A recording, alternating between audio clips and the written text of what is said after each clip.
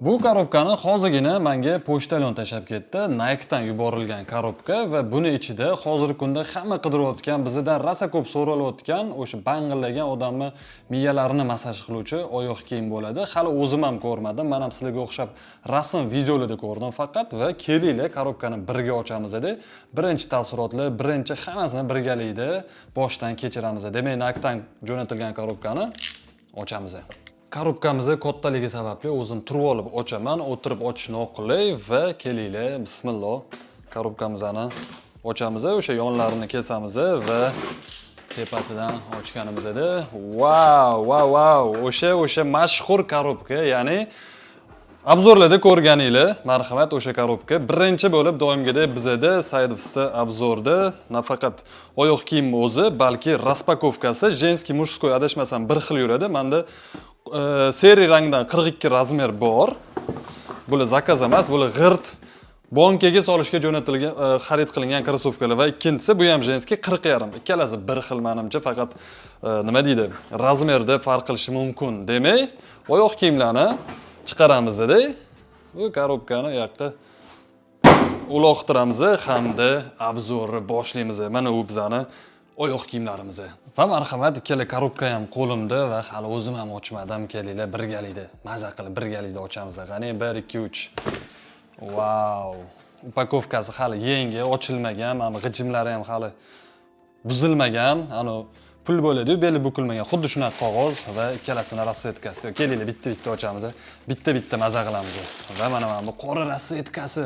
Qora rasvetkasini ko'pchilik ola olmadi va obzorlarda ham ahamiyat bergan bo'lsanglar, juda ham kam qora rasvetkasi va mana o'sha oyoq kiyim. Mana ichiga menimcha sal nima deydi, sal yaxshiroq narsa solsa bo'lardi, o'nlarga o'xshab, sirazi musorga. No, mayli. Birinchi pretenziyadan boshladim, sirazi no oyoq kiyim. Wow. No da Nike nima qilayotganini biladi. Cybertruckga o'xshab chiqarilgan oyoq kiyim. Men buni ham olib tashlayman, чтобы sizlarga yaxshiroq ko'rinish uchun va uchburchak ko'rinishdagi oyoq kiyim. Gap yo'q. Birinchi taassurot bomba. 3 yoshgacha mumkin emas ekan, bilmadim. Yeb qo'yish mumkin ekan bola buni. Men buni tishlash mumkinmi, bilmadim.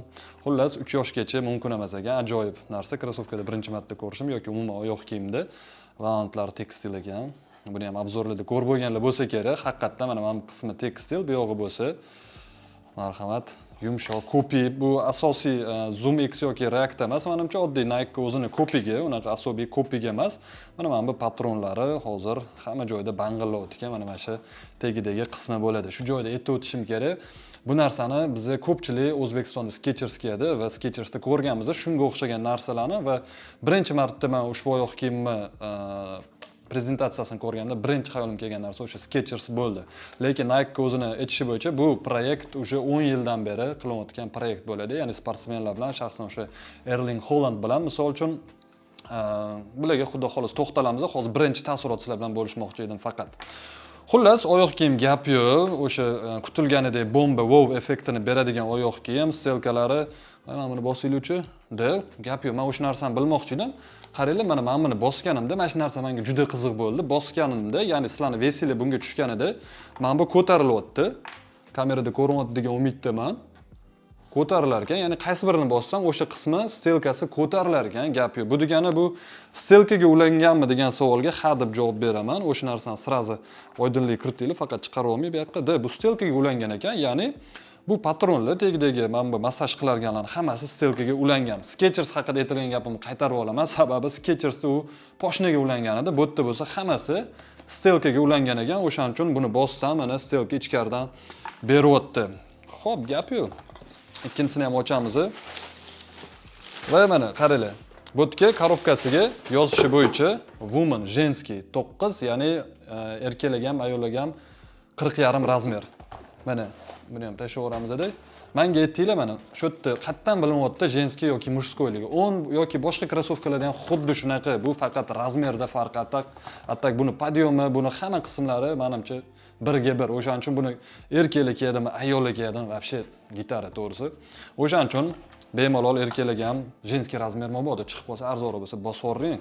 Bir xil hammasi. Orqalari ham mushni va e'tibor berganim yana bitta tarafda mana bunaqa zanjir ekan, bu yoq tarafda plastik ekan. Xo'p, birinchi rasvedkasi zo'r. Gap yo'q, mana bunaqa detalni chiqarilgan, ichlari ham oyoq kiyim Vyetnamda chiqyapti. Xo'p, ikkinchi rasvedkamizni ham birgalikda ko'rib chiqamiz. Korobkasi, buni ham o'sha beli bukilmagan qog'ozlari va seri rasvedka kutilyapti bu yerda. Voy-voy. Bunisi vashshi boshqacha chiqib ketyapti va marhamat, o'sha ikkinchi rasvedkasi ham qo'limizda va qog'ozni musorga tashlaymiz. Yaxshi musor shunday yonimda. Va bu kattaroq razmer akalar. Bu 42 razmeri уже женскийda. Murskoyda ham o'sha aytganda unisex bo'ladi. Hammasi xuddi ochkilarga o'xshaydi. O'sha 7 yil oldingi gapni qaytaraman. 7 yil oldin ham jenskiymi, murskoymi deb so'rashganda bu ochkida ekan. Ya'ni ba'zi ochkilar bor, ayollar ham erkaklar ham bemalol taqsi bo'ladi, bilib bo'lmaydi. Xuddi shunaqa bu ham, xuddi shunaqa. Mana murskoy erkaklarga, ayollarga nima farqi bor? Почти bir xil. Va, wow, nima derdim? Bu ham juda chiroyli. Og'irligi jo'naqa og'ir emas, jo'naqa yengil emas tapchikaga nisbatan, chunki mana manbalari rol o'ynaydi va menga eng qiziq bo'lgan savolga javob topdim va o'sha javob sizlarga ham aytaman. Aytganimdek, oyoqni haqiqatda stelkasigacha massaj qilar ekan. Xo'p, Nike Mint yozuvlari yoki Mind va 001 anaqasi bu modeli 002 lik krossovka va ular xudo xolisa fevral oyida sotuvga chiqadi. O'shanda albatta birinchilardan bo'lib xuddi ushbu oyoq kiyimlarga o'xshab sizlarga olib kelib polni obzor qilib beramiz. Xarid qilishdan oldin nima xarid qilayotganinglarni bemalol bilsanglar bo'ladi.